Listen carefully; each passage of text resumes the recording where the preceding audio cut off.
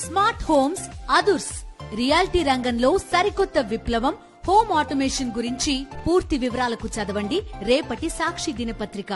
హిందూ ధర్మంపై దాడి చేయటమే లక్ష్యంగా కూటమి ప్రభుత్వం వ్యవహరిస్తోందన్నారు వైఎస్ఆర్సీపీ నేత పోతిన మహేష్. తిరుమల శ్రీవారి లడ్డూ ప్రసాదంపై అడ్డగోలు ఆరోపణలు చేస్తున్నారని మండిపడ్డారు. ఇక సనాతన ధర్మం పేరిట పవన్ కళ్యాణ్ నాటకాలాడుతున్నారని, అసలు ప్రాయశ్చిత్త దీక్షకు అర్థం కూడా పవన్ కు తెలియదని ఎద్దేవా చేశారు. పవిత్రమైన దీక్ష చేపట్టిన డిప్యూటీ సీఎం సినిమా షూటింగ్ లో పాల్గొంటున్నారని కడిగి పారేశారు పోతిన మహేష్. దాడి చేయడమే పనిగా కూటమి ప్రభుత్వం అడుగులు ముందుకేస్తా ఉంది. ఒక పక్కనేమో చంద్రబాబు నాయుడు గారు నెయ్యి కల్తీ జరిగిందంటారు, ఇంకో పక్కన ఈఓ గారు కల్తీ జరగలేదు, ఏదైతే 4 ట్యాంకర్లు అవి నాణ్యత ప్రమాణాలకి అనుగుణంగా లేవో అవి తిప్పి పంపామంటారు. ఇంకో పక్కన నారా లోకేష్ గారు 4 ట్యాంకర్లు తిప్పి పంపాం, నాణ్యత ఉన్నాయి మాత్రమే మేము ప్రసాదానికి వినియోగించామని మాట్లాడుతూ ఉన్నారు.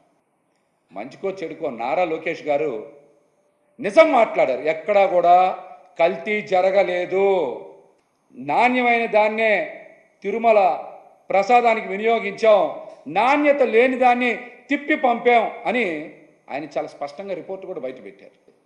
బాధ్యత కలిగినటువంటి ఉప ముఖ్యమంత్రి పదవిలో ఉండి ఎక్కడన్నా తప్పు కానీ పొరపాటు కానీ జరిగితే అది సరిదిద్దగలిగినటువంటి అధికారం ఉన్నప్పటికీ కూడా మీరే విమర్శలు చేస్తారు, దీక్ష తీసుకొని మీరే ఆవేశంగా మాట్లాడతారు.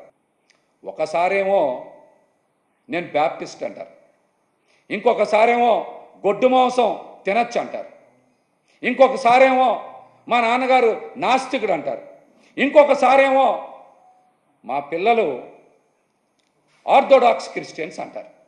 అసలు మీరు ఏ ధర్మం పాటిస్తారు? నేను దేనికోసమైనా సరే ప్రాణత్యాగం చేయడానికి సిద్ధమని పవన్ కళ్యాణ్ గారు మాట్లాడారు. మీరు ఎన్నిసార్లు ప్రాణత్యాగం చేస్తారు? ఎన్నిసార్లు ప్రాణత్యాగం చేస్తారు? ఒకసారేమో ప్రజారాజ్యం గురించి ప్రాణత్యాగం చేస్తా అన్నారు, ఇంకొకసారి చంద్రబాబు నాయుడు గారిని అధికారంలోకి తేవడానికి ప్రాణత్యాగం చేస్తా అన్నారు, ఇంకొకసారి చంద్రబాబు నాయుడు గారిని అధికారం నుంచి దింపడానికి ప్రాణత్యాగం చేస్తా అన్నారు, ఇంకొకసారి సిపిఐ సిపిఎం బిఎస్పీల కోసం ప్రాణత్యాగం చేస్తా అన్నారు. కుల ప్రస్తావన లేని విధానాన్ని అని మీ సిద్ధాంతాలు చెప్పారు. ఎన్నికలు మొత్తం కులాల గురించే కదా మీరు మాట్లాడారు, మత ప్రస్తావన లేని రాజకీయం అని చెప్పారు. ఈరోజు రోజు పొద్దున్న లేచిన దగ్గర నుంచి మతాల గురించే కదా మీరు మాట్లాడుతున్నారు. అంటే ఇంకా మీ పార్టీ సిద్ధాంతాలన్నీ కూడా నీటి మీద రాతలేనా? ప్రాయశ్చిత్త దీక్ష తీసుకున్నానని చెప్తున్నారు. అసలు ప్రాయశ్చిత్త దీక్ష దేనికోసం తీసుకుంటారు? ప్రాయశ్చిత్త దీక్ష ఎవరు చేస్తారు? ప్రాయశ్చిత్త దీక్షకి అర్థమేంటో మీకు తెలుసా? కనీసం తప్పు చేసిన వాళ్ళు తప్పు మన్నించమని, ఆ తప్పుని క్షమించమని ప్రాయశ్చిత్త దీక్ష చేస్తారు. చంద్రబాబు నాయుడు గారు తప్పు చేశారు కాబట్టి మీరు ప్రాయశ్చిత్త దీక్ష చేస్తున్నారా? లేకపోతే వెంకన్న స్వామి లడ్డూ మీద నిరాధారమైనటువంటి ఆరోపణలు చేసి తప్పు చేశామని అంగీకరించినందుకు మీరు ప్రాయశ్చిత్త దీక్ష చేస్తున్నారా? చెప్పండి. ఒక్క ఆధారమైన చూపించారా కల్తీ జరిగిందని? ఒక్క ఆధారం. మా పార్టీ అధ్యక్షులు మాజీ ముఖ్యమంత్రి వర్యులు జగన్మోహన్ రెడ్డి గారు మాట్లాడారు కదా, మీరు ఒక్కటంటే ఒక్క ఆధారమైన చూపించారా? నిజంగా మీకు చిత్తశుద్ధి ఉంటే ప్రాయశ్చిత్త దీక్ష చేయాల్సింది ఎవరి కోసమో తెలుసా?